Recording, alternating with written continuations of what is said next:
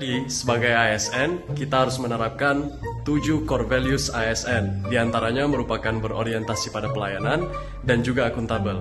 Sebagai ASN, sikap berorientasi pada pelayanan akan mendorong kita untuk mengedepankan kebutuhan masyarakat, serta ikhlas untuk memberikan pelayanan yang terbaik. Selain itu, sebagai ASN yang menerapkan nilai akuntabel akan membuat kita bekerja sesuai prosedur dan juga peraturan yang berlaku, di mana hal itu berarti mempertahankan integritas dan anti untuk menerima suap dan gratifikasi dalam bentuk apapun. Saya Muhammad Yusuf Abdurrahman, mari bersama kita menjadi ASN yang berakhlak.